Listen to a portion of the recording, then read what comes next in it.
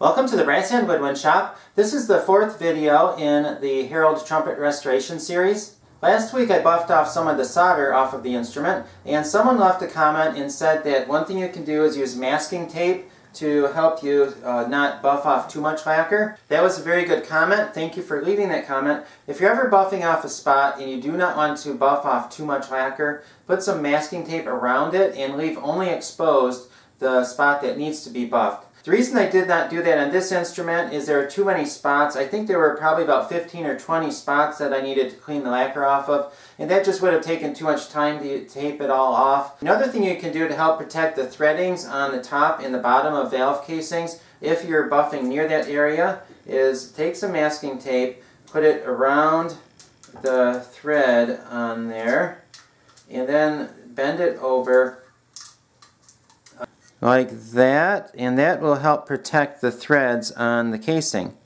Please feel free to leave comments or suggestions on any of my videos. I have been repairing instruments for a long time, but I still do make mistakes, and I do not know everything about band instrument repair. So please feel free to leave your comments, suggestions, and corrections, or whatever else you want to do in the comments below. Today for this video, what I'm going to do is solder the lead pipe onto the valve section, and also solder the tube that holds the bell onto the valve section.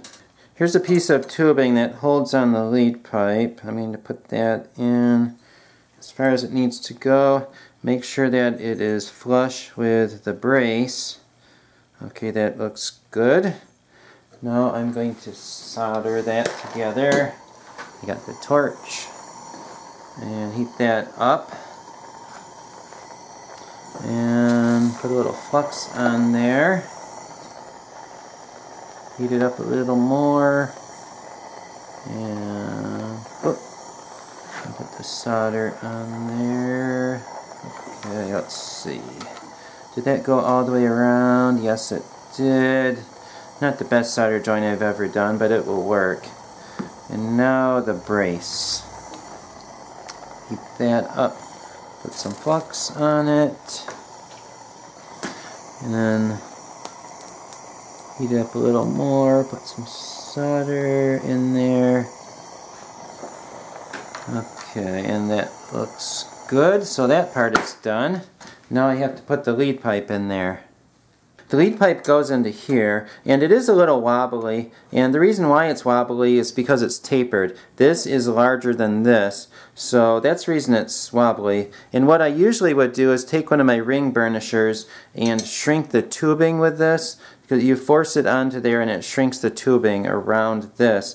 The only problem is if I put that on there and then shrunk the tubing, I would have to get the ring burnisher off this direction and it won't fit, so I don't want the ring burnisher stuck on there forever. So what I'm going to do is I'm just going to fill this up with solder. I don't like filling things up with solder, but it's not that big of a gap, so it should be okay. So that's what I'm going to do on this one. The lead pipe is in all the way. I'm going to heat this up and put some flux on there. And this is going to take a lot more solder than I usually use. I usually try to use as little solder as I can to get the job done, but this time it's going to take a lot more than normal because there's a fairly large tube to fill. And I don't want gaps in here. Then the moisture that comes into the trumpet will end up in there. So I'm going to try to draw the solder in, and you do that by heating it up and moving the heat over to here. So that's drawing the solder in, and I'm going to put some more solder on there. The most solder I've ever used was on this large tuba, and I had it like the thing all the way apart, and I probably used probably a quarter of a spool of solder on that one tuba.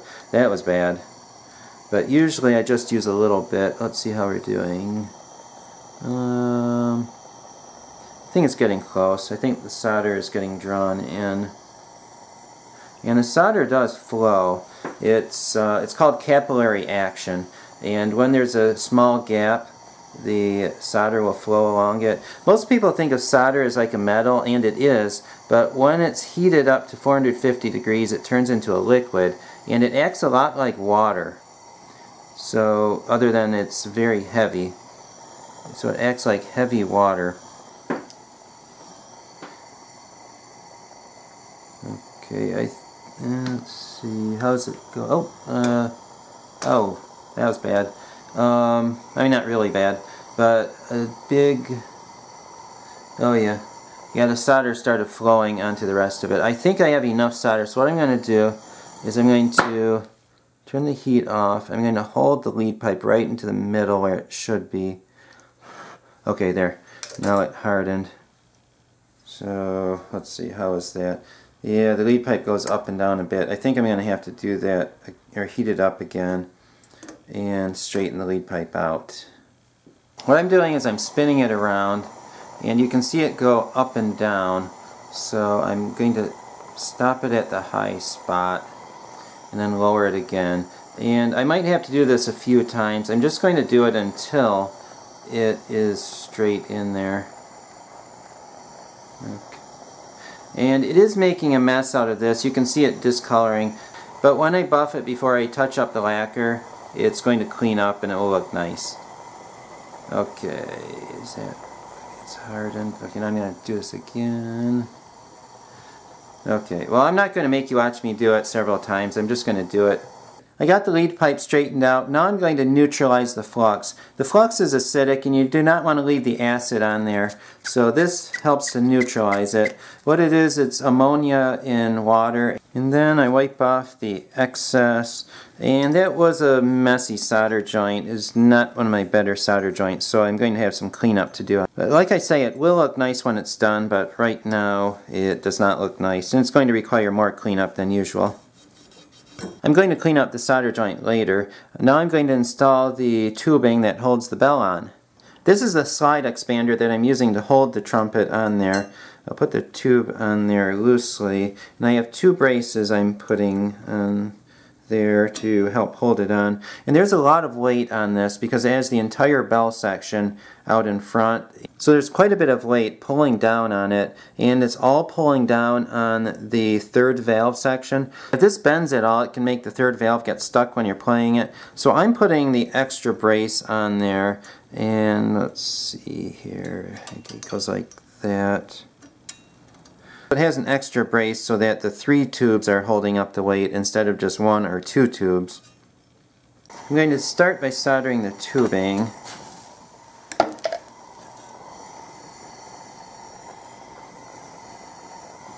And I have not done any I have not done very many videos on soldering yet, and I hope to do those soon. But there's so much to do and so little time to do it all in that I do what I can. But I do what I can, but I cannot get all the videos on that I would like. But I'm hoping in the course of time to get pretty much all the videos for all the things, at least all the common things that you do when you repair instruments. But like I say, it takes a very long time to do all of that stuff.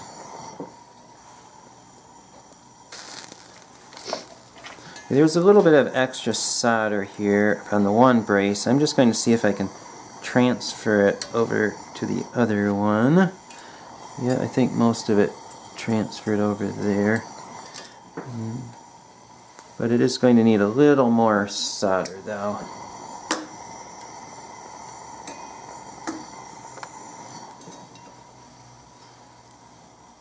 Okay, that is good.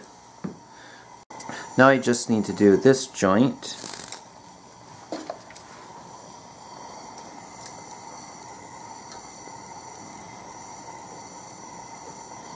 Okay, that's good. So that is all done. The tubing that I just soldered on holds the bell section onto the instrument, and it slides in like that. And it also acts like a tuning slide because you push the bell in and pull it out to tune the instrument. Here's the other Herald trumpet that I have, and here's the collar, and it has a little slot, and then you can tighten and loosen the screw, and that tightens and loosens the collar, and that clamps on the bell to keep it from going in and out while you play it. Now I'm going to make one of those little collars.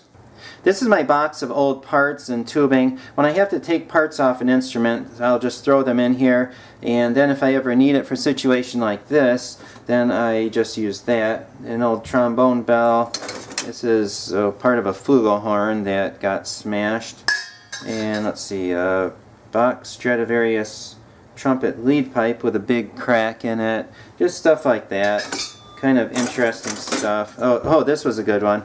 This was a Blessing, let's see, a B88 trombone, and it got in a car crash, and it landed in the middle of the road and got run over by a car. So anyway, that's the part from that. Thankfully, no one was hurt in the crash, but it did destroy an instrument. Let's see. I've been looking for this for a long time. It's a thing for Piccolo head joint corks, and I just found it in the box of tubing. Okay. I'll probably end up using part of an old trombone slide. That just anything that will fit over this.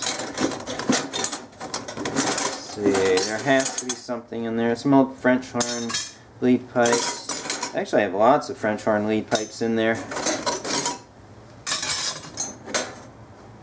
There has to be something in here that I can use. Flute head joint with the part of it cut off of the back. Let's see, this one might work. It's a little bit too large. If I don't find anything else, I can use that, but I'm going to keep looking.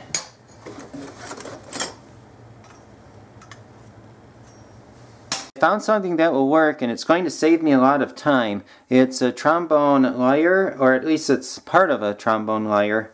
And what I'm going to do is I'm going to cut off this long section, and it's a little bit too big, not that much too big. So what I'm going to do is I'm going to file down some of the inside right there to make it smaller and solder that on. It already has the screw and then the two little things silver soldered to it, so it's going to save me a lot of time. I do need to shrink the diameter just a little bit, so I'm going to use my largest jeweler's saw blade, and that will probably cut off just about the right amount so that it fits on there. And I'm going to just start cutting with the screw in. Obviously I do not want to cut through the screw though, so I'm just going to go up to the screw and then stop and then finish cutting without the screw in there. I took the screw out and I'll finish cutting without the screw in there.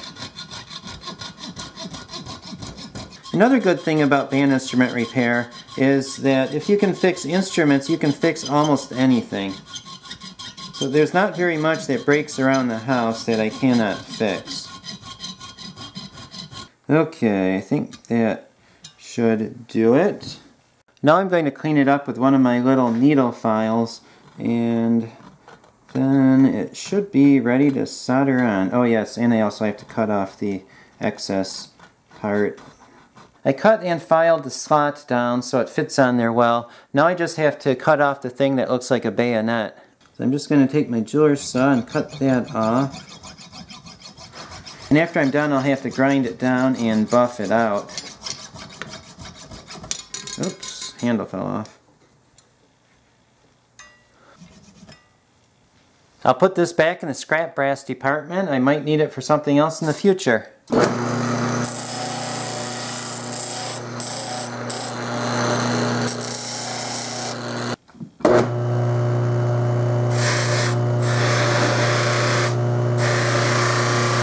Now the little collar is ready to solder on. I'm going to line that up and then solder it together. Now after I get done soldering this, I'm going to need to cut a slot in the tubing. And the slot is so that the tubing can shrink and expand. Okay, didn't go quite all the way around. I still need to get a little bit of solder right there. There, I think that is good. Now I'm going to drill a small hole right there, and that's going to keep the crack from expanding down the tube over the years from going back and forth. I put the drill bit in the bench motor, and I'm only leaving it out a little bit, and the reason why is so that it doesn't go all the way through the tube and make a mess on the other side of the tube. Here's the hole. Now I just need to cut the slot to the hole, and that will be done. Now I'm going to take the jeweler saw and cut the slot right there. And I did change the blade to a smaller blade so that it doesn't make as big of a cut. Now I'm just going to cut my way through the tubing until I get to the little hole that I drilled out. Now the bell collar is all done. Now the valve section is almost done. I just need to polish up several spots with the Red Rouge buffing compound and then touch up the lacquer and put it back together. Then the valve section will be done. The bell section obviously needs a little more work. Next week I'm going to fix the bell section. I don't know if I'm going to be able to do the whole thing in one video, so it might take 2 videos. But the plan for next week is to get as far as I can on the bell section. I hope you've enjoyed the video. Please subscribe for more band instrument repair videos.